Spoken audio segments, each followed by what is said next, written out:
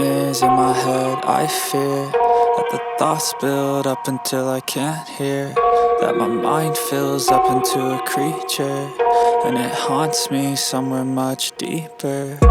Anxiety, filling up every space, no privacy. And silently, it could build and build until you finally see, whoa. To think that horrific night at Pools, Orlando was so long ago, but the universe reminds us not to get comfortable. However, to all you conservative politicians that wish for my mouth thrown shut, my spirit dead, and my queer existence gone, the other 364 days of the year, keep your thoughts and prayers on gloomy days where human beings are shot down while enjoying luxuries you get to simmer in. Keep your hypocrisy to yourself when you shame me for allowing my little girl to play with Tonka trucks and my son to wear makeup if he wants. You shame me by saying I'm creating confused minds, but you're wrong. I am creating a world where my children get to be children, where they don't have to color between the lines and stay within the box, because God knows one day this world will come for them. And I want to know that at least I help mold soft hearts with determination to stand for their existence. I want to be like you, proud my children became mass murderers, so conflicted by hate you instilled, enough to garner their own freedom and torment, to accept what's different. You harvest what you plant, you psychotic beings. My coworker said I should give my life for safety, that we're practically asking for it. The moment I speak and you know I'm queer, the moment they find out one of my partners is trans, it's as if I allow others to use me as a shooting target. But I beg to differ, because this fight has gone too long for me to chicken shit now. They also say being gay is equivalent to someone being a groomer of children. 4 out of 5 of my abusers and rapists were straight. Explain that. If the answer to say our story is me up in flames, and so be it. If my existence makes you uncomfortable, well, that sounds like a personal issue. They say don't call it to the universe, but I do. And I am superstitious as fuck. And even then I don't care, because I won't hide who I am and what I stand for, because my children shouldn't be anyone but themselves. You're to be afraid of people who now smile through homophobic insults. Your words mean nothing, and your closeted gay is showing, my dear. And I pray for you instead. My thoughts and prayers go for you. I pray for your children. Let your hatred and ignorance not create wounded souls that can't even be themselves and are more closeted than us. That we learn that just because my light shimmers a certain way doesn't mean I'm superior. I'm just enlightened. And in some households, we love our children with no hate. We create spaces to be safe and happy, because this world denies us. Our drag queens and kings are so close to fairy fucking godmothers we can get. So for now, keep those fake thoughts and prayers to yourself and get comfortable with the fact that we are taking up and being highly fucking fabulous in this space.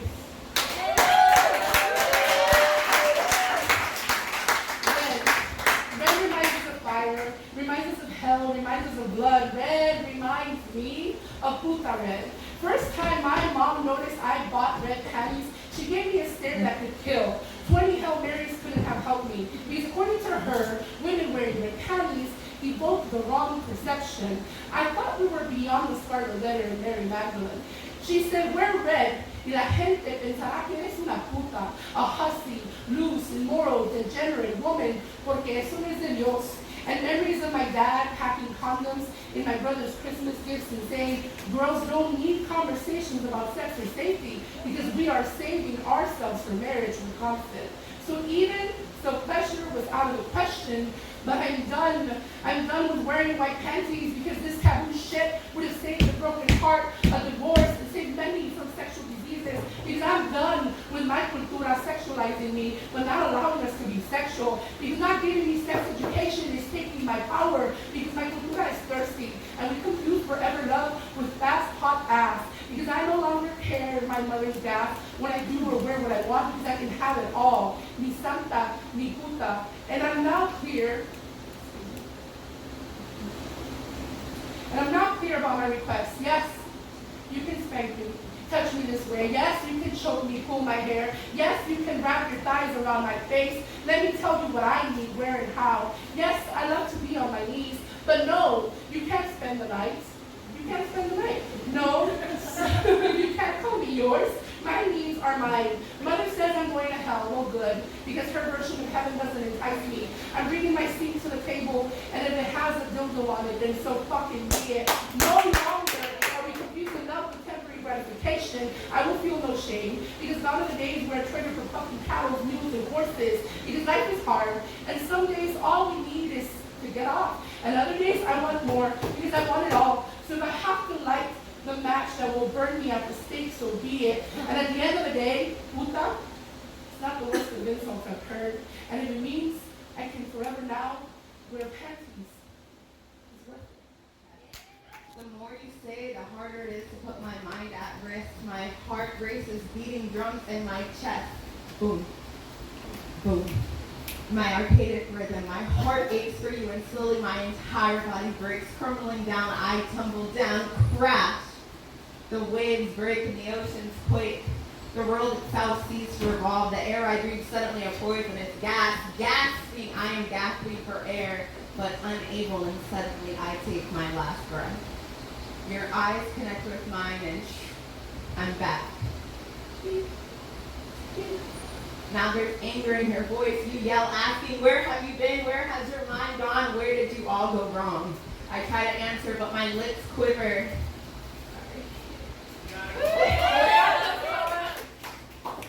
My fists clench, my eyes water, but, and just like that, I'm gone again. Crash. And I find myself back. The door stands behind you. I have no recollection of the last few minutes. I hear your car take off in the distance. The silence begins to penetrate the walls of our home. The darkness creeps in, overtaking the light. The light that once shined within my body shakes and it aches, and I break. Everything I always wanted to say could never find the voice to do so comes splintering out. I vomit hysterically with phrases I could only dream of. Image vividly cast and crash. I come crashing down from this ecstasy. Beep, beep, beep. Lights flash and faces pass. Come back to me, wake up, I need you. That's all I hear, but now when I hear your voice, the rush disappears. I don't come back this time. You thought I lie there, motionless, lifeless.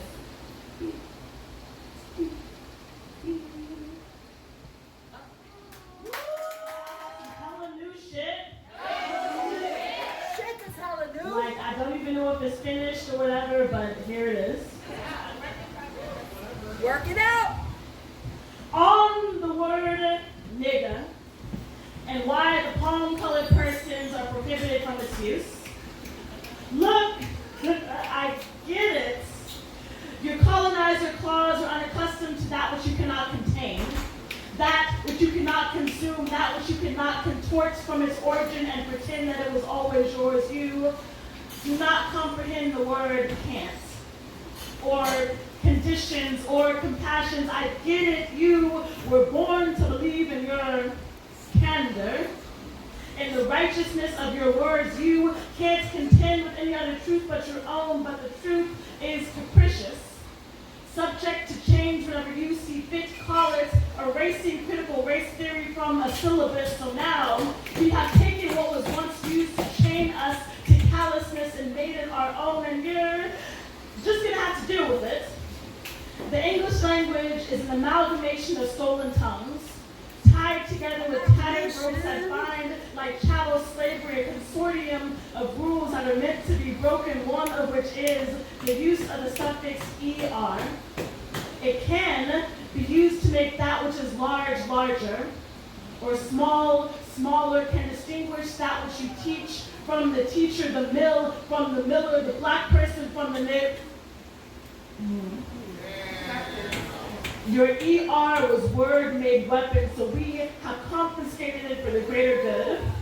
Removed the suffix and added our own, the letter A, so versatile, a magician of sorts. See how we made subjugation, salvation into blackboard joy around the corner or on the court, into greeting, into question, into surprise, into love, into grit. The word nigger has been given a new life, and you can't have it. You all greedy, grip, and sticky fingertips, leaving your mark wherever you go. We are the captain now, and you can go chill on the deck below. This word is ours now, and the only thing you need to know is that we need no other reason than because we said so.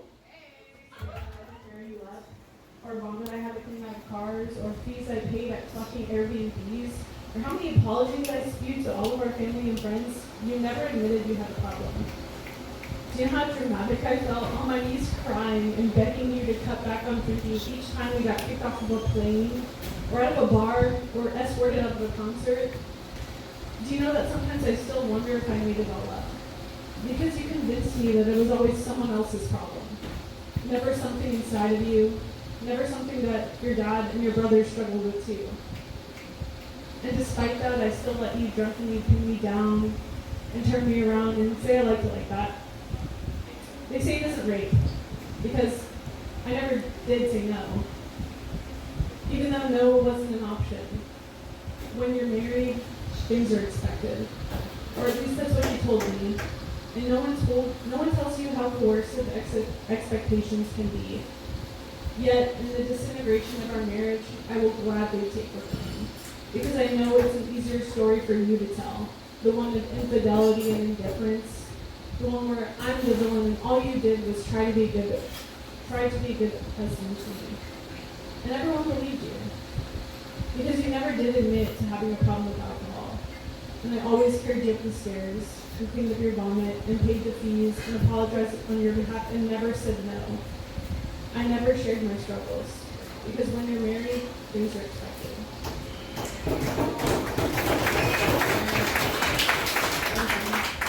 The other one's a little less sad, so it's called convention. Kind of.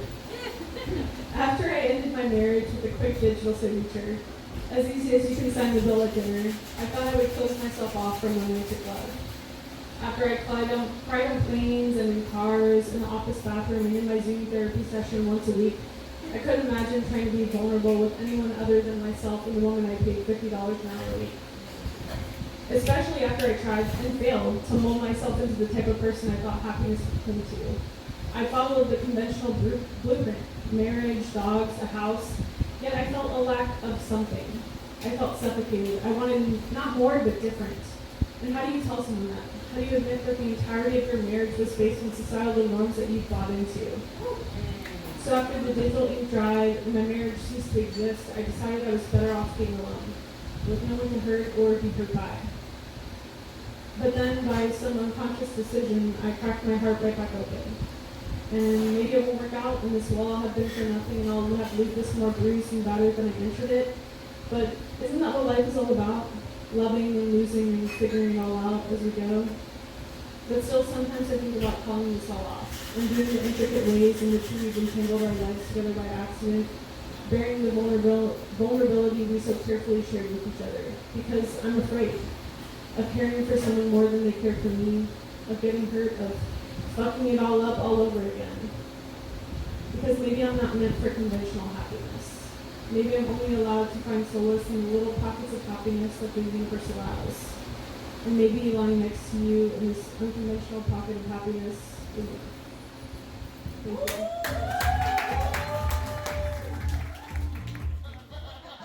How do I take this up a little higher? She said I could get it up higher. It's all fucking hurt. Alright, so I don't know if y'all knew my book was coming out tonight. We just happened upon poetry night, but I'm glad you're here. This is my first published piece of, not my first published piece, but my first full book. It took me about 5 years to write and pretty much all of my life experiences into one. Like, where do I fucking start? Maybe I'm gonna do a piece from my book.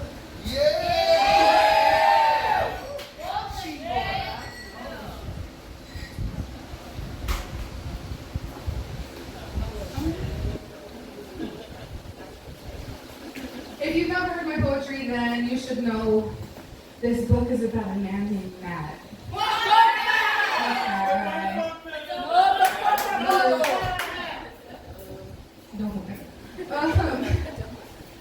It's also about my mom. Not me.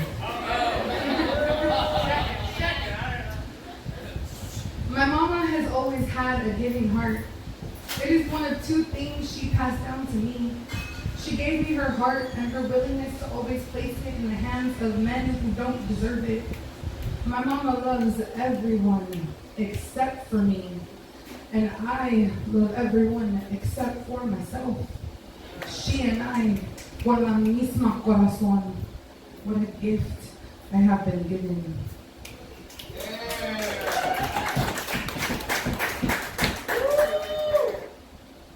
We'll start off a little sad and angry. How many are there? 3, 4? I mean, they're short. They're super short. Okay, fuck it. On a day you should have been there and weren't, I chose not to be angry. When La Enojada came knocking on my ribs, I told her, no thank you, not today. But she doesn't give up so easily. She came back again and again until I cashed in my disappointment and bought all the anger she's been bottling up. I used it to starch my clothes, scrubbed it into my kitchen tiles, used it to grease all my pans, rubbed it into the lines you carved into my face. Hell, I even spread that shit into the air. Maybe then, when the anger is surrounding me, I won't feed you when you're starving. I'll leave you guessing on who that's about.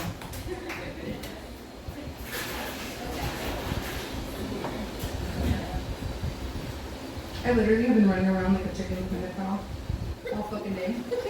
I've been late to every meeting I had. I've been late to every class. My kids were like, man, where the fuck were you? And I was like, don't talk to me like that. I'm not kidding. 2 of my coworkers are over there. They can attest to me being late to everything all fucking day long. They're in the very back. Okay, this is a little 2-parter. Part 1. If you love me, even just a little, ask me to come back. I promise, this time, I might even stay. Part 2. In an alternate universe where you are the poet, a love poems for sad boys sounds like, if you love me, even just a little, ask me to never leave. I promise, this time, I'll give you every reason to stay. But this isn't an alternate universe. This is San Antonio, so fuck that guy. But don't fuck that guy. Are y'all sensing a theme here? Yes.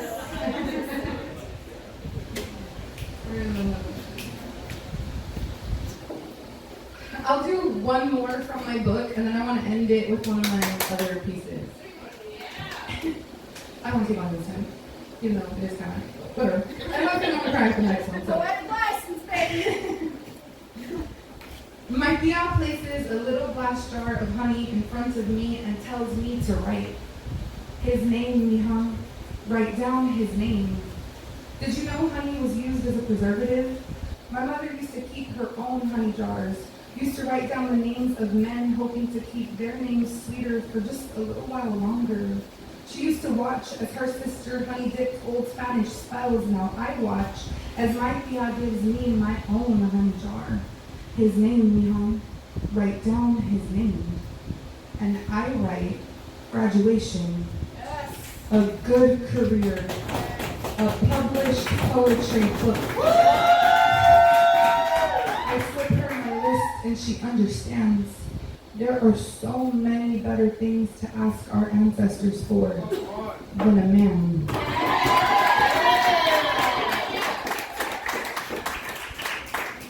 Okay, so this next one is not in my book, but it's a very special poem to me. Mandy told y'all how we went on a,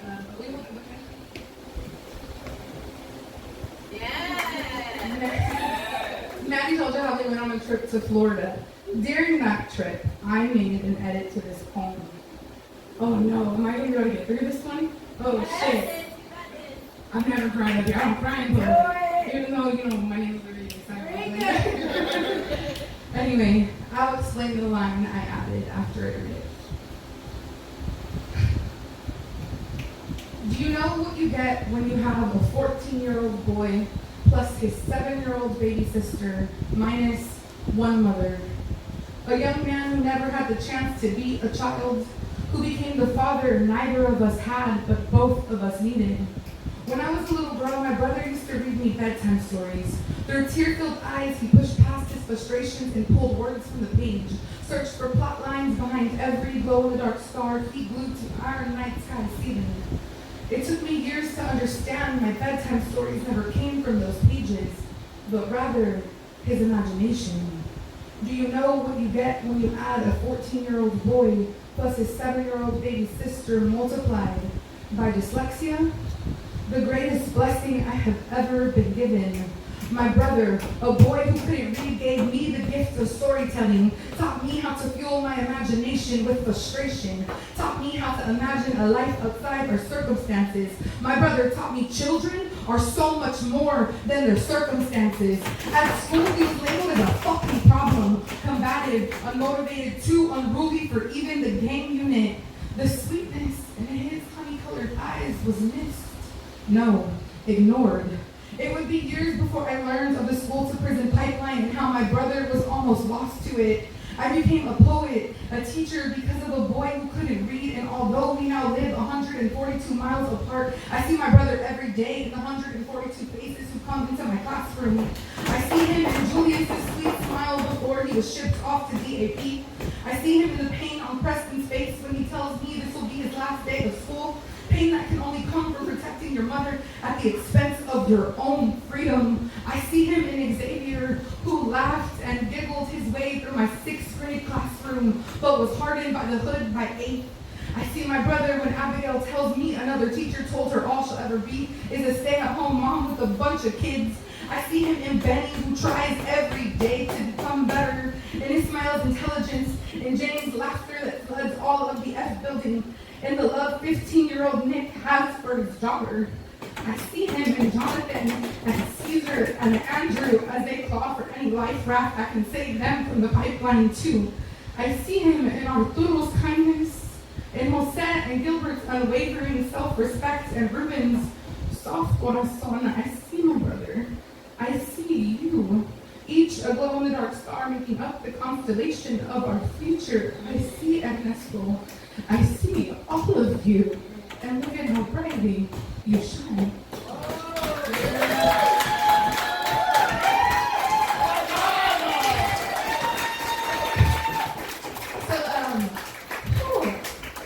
You asked me.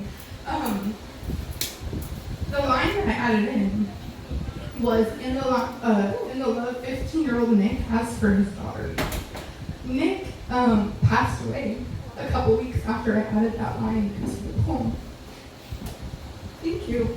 And it has been very hard for our coworkers and myself. And I wanted to do that poem for him because I love him very much.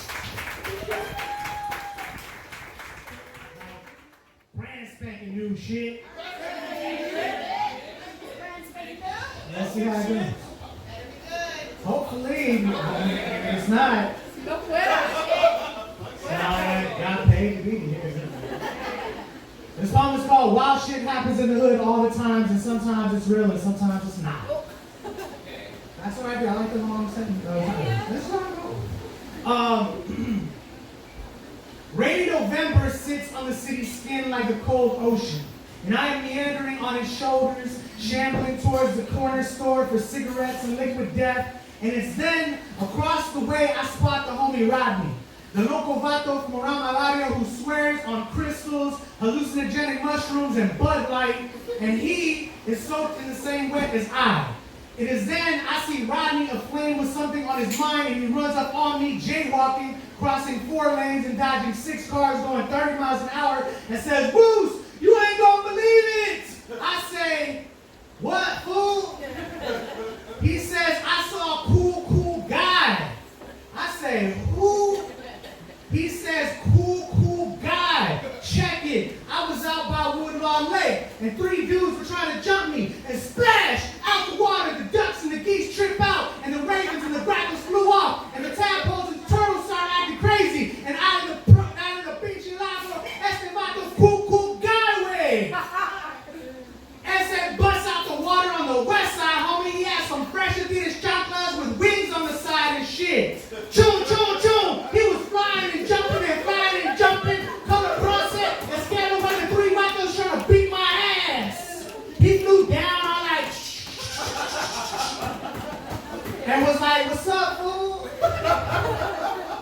said, hey, I ain't got no beef on me, but yo, them frying chocolates you got are the shit.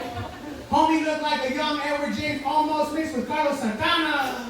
And he had all this gold jewelry like Mexican Mr. T and stuff. Like he was not afraid of getting robbed by nobody. And I was like, yo, so you're like from around here or something, fool? And he was like, nah. He was like, I'm from the ocean. And I said, oh shit. You mean Corpus? And he was like, nah, I run all that water shit. He said, my people call me cool guy, and my enemies call me Namor. And I'm like, who's fucking with a guy named cool guy with wings on his feet? But whatever, everyone's got haters, I guess. And then this turtle came up to the homie and started whispering to him. And I couldn't understand the turtle, but I could tell it was some serious shit. And I asked cool guy, what's up? Did he need some help and backup? And he was like, well, how long can you hold your breath? And I told him like the regular amount. But I'm down. And he said, nah, some other time. And then dove off and the cool guy was gone. And I said, Rodney, what the fuck have you been smoking? Did you get high and watch Wakanda Forever? And he said, nah, I swear, it was at Woodlawn Lake. And he swore on his unemployment check that it happened. And we both stood in the same rain, but only one of us saw a miracle through all the water. Thank you. One breath, 1 hour, one day. Life is so lucid and so green. Music is everywhere. My head is a sprouting flower, open to love and wisdom, and opens up my heart to let it breathe. Gentle and graceful as November's breeze helps the leaves of autumn fall to their final resting place. Some days, spent in complete silence, pooled beneath the earth's surface, far away from my heart's true joy, and I forgot where I left it. Couldn't even pick up when my phone rang. Some days, I can't make sense of the madness. Losing my marbles, living a life that's constantly changing, getting dizzy as the world spins. Feels like trying to meditate on a roller coaster, trying to balance out the weight of emotions with pen and paper, being a creature in this big confusion, looking for some kind of harmony, but that's just a human struggle, and I'm a beautiful fighter. Float like a bumblebee, fast with my bare naked fists, battle with sleep, but life is still a blessing. Spent too much time alone, and I think it left me scarred, but I'm still breaking curses, finally. Found my rhythm, my timing. My brainstorms are less violent, from loveless to romantic. I was overthinking, felt like I was writing all my letters on wet napkins, nothing would hold together. Getting tongue-tied on the most important details. I wasn't deep enough to love her, and it was killing me. A whole other shade of blue. It was biting at my brain for a year, and I was going through changes. For a long time, absent-minded, but I'm going through changes. Still don't quite know how to write it, but I'm going through changes. I'm learning every day, flowing fluid like ice to water to vapor. Was bitter in the beginning, but it's turning out sweet. I can taste it. Going through changes. I'm no longer cursing God. Now I'm writing poems in cursive, creating pathways for God's grace to fall down on me. Still a beautiful fighter, float like a bumblebee, fast with my bare naked fists. It's a blessing to still be here fighting. Thank you. New shit. First of all, I just want to say, fuck St. Mary's Strip Constructions. And fuck Origami.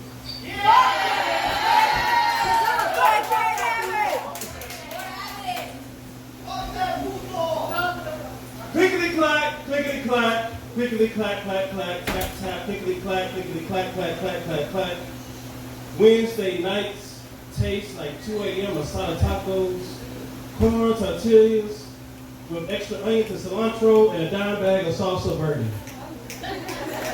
In between bites and belch whiskey, laughter of the pronunciation of pecan pursues.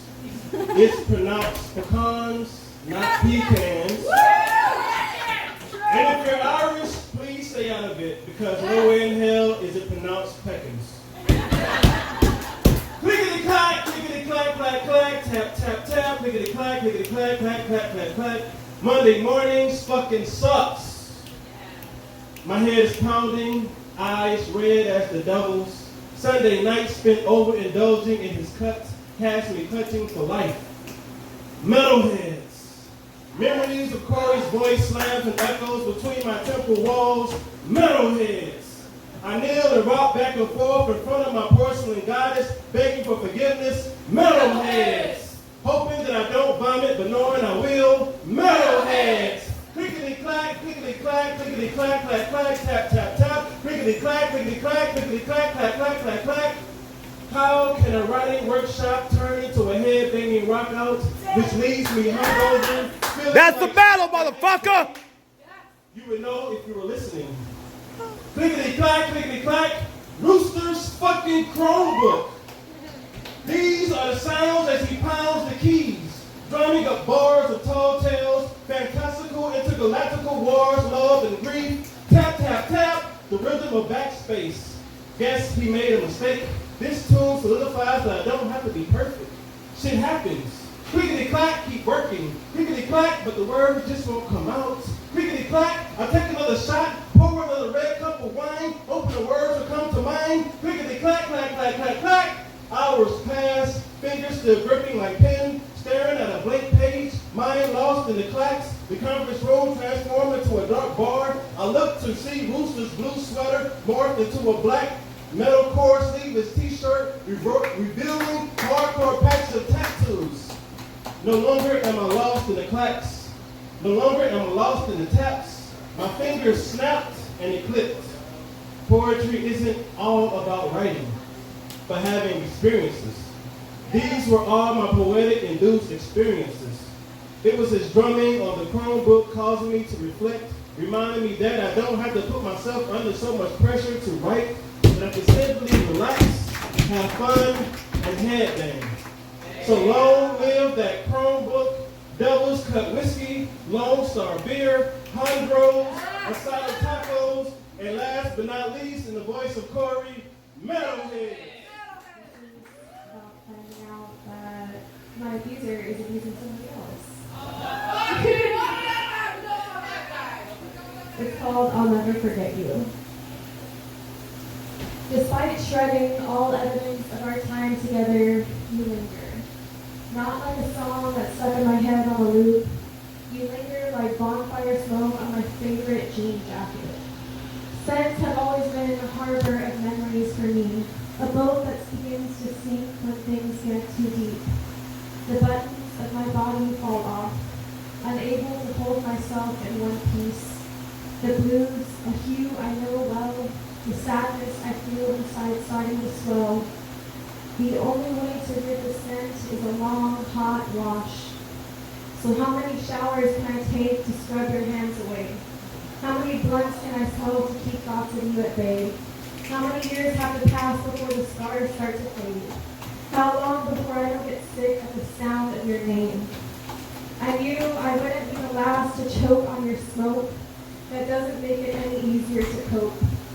Hearing that you're doing the same things to someone else makes me wish that I could do something to help.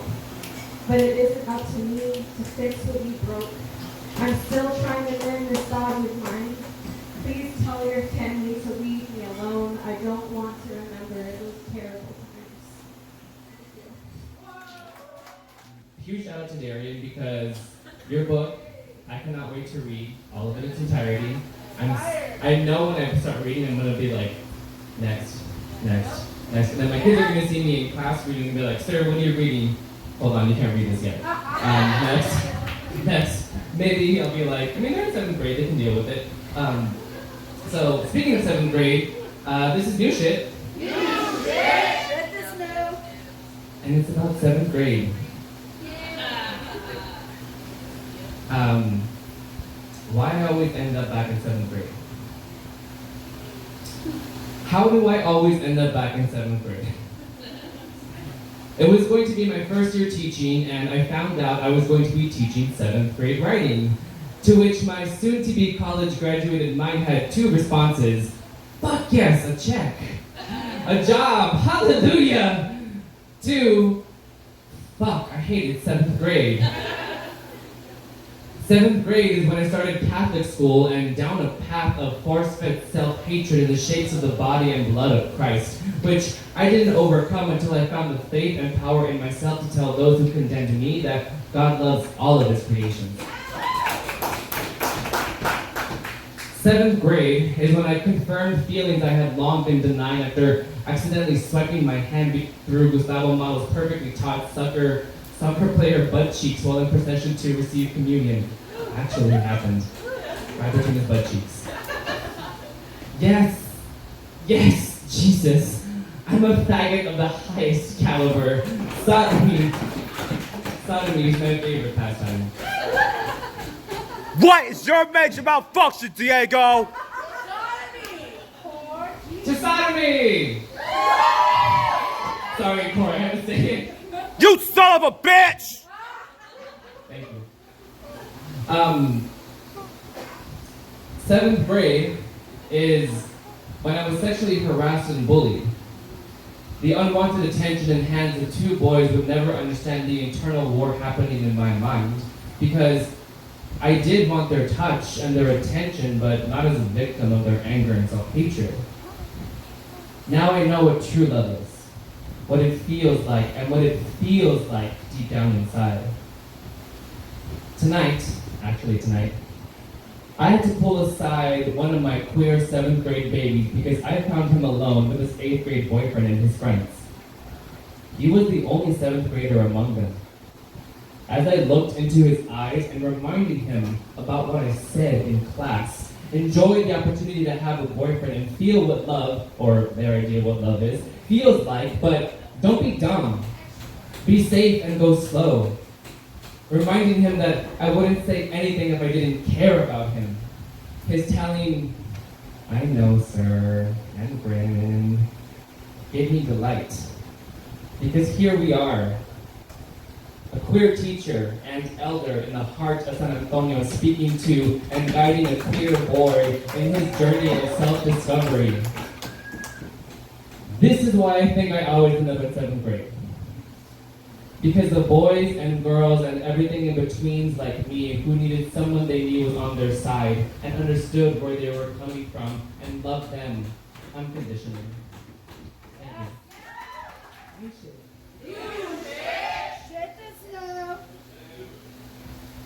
I know what a vagina looks like. In crayon and pen, drawn in on magazine pages, on notes passed between 4th graders, and scratches to paint in middle school bathroom stalls. I know what a vagina looks like. Ballpoint scribbles, doodles, and margins during legal pad conference calls, and bold line intentionally drawn on the cheeks of sleeping tequila from sorority girls. I know what a vagina looks like. Crude depictions, shake, pissing, spray paint on brick walls, and on the sides of train cars, a contribution to the history of art. Paint carving, mosaics of Pompeian pussy, record keeping, I guess. Makes you wonder what it is with women and their body image. I mean, where do they get that kind of confidence? Like, my 1st grade class's official flasher, who made sure hers was the first the boys would see in the flesh. Her dress pulled over her head, a surprise around the corner. We knew not to go that far past the monkey bars. And the woman who sends batch pics, unsolicited, phone screen flicker, illuminated grin, 3 dots until she gets her replies just enough time for her to concoct her fantasy. Imagine his dazed smile and flushed cheeks. He knows what a vagina looks like, but hers, yeah, that's something special. One vagina in a million. He could tell it from a million. It's the strongest in a million. It could crush with the grip of a million, but funny when she needs it to be, but he must take it seriously when she wants it to, or she might hate him. His father told him that there would be women. He had to ignore that he might not always be respected to guard the pretty pink pet names he was taught for the rosebud between his legs, a flower stem wilting and rotting so rank. There's got to be a special soap or something you can buy for that, am I right? To wash it up before he gives it away for the first time. His dad said so many women will want theirs to be the first you experience before you have any others to compare it to. Behold, drum roll. Yeah, thank you. The vagina. But it really won't be his first after all. By the time he's seen hers, he's seen them his whole life. In crayon and pen and Sharpie, drawn in on magazine pages, on notes passed to him in the 4th grade when he blushed and crumpled it up, even got detention when the teacher asked him to show her, you know, I wish boys had more confidence.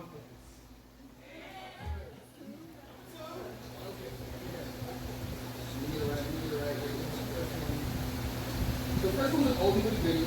Oh, shit! Handle with care. So the question was, if you were forced to wear a warning label, what would yours be? And in my mind, it almost instantly goes for the most butch and masculine label I can think of.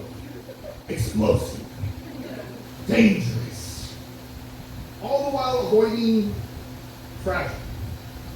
Trying to ignore the fact that big things are still breakable, it should almost come complete with a disclaimer, a recording, a list of side effects to rate all that no one could possibly understand, and a reminder that it's always a good idea to ask your physician before joining my company.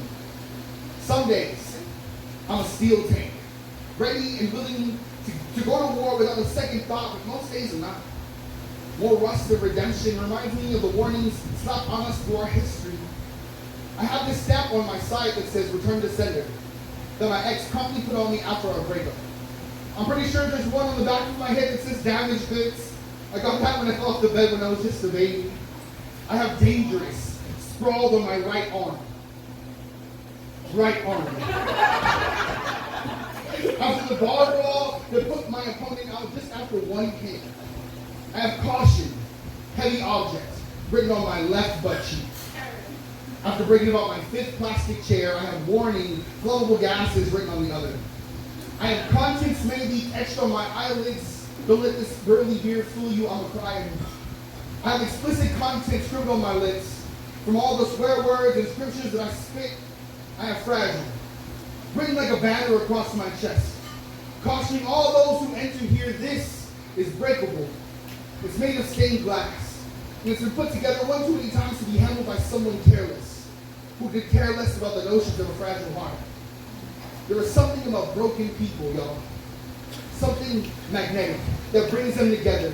A tragic attraction, if you will, a call, a cry into the wild. Perhaps we are just trying to rebuild ourselves, searching for spare parts. We can't resist the inclination to help.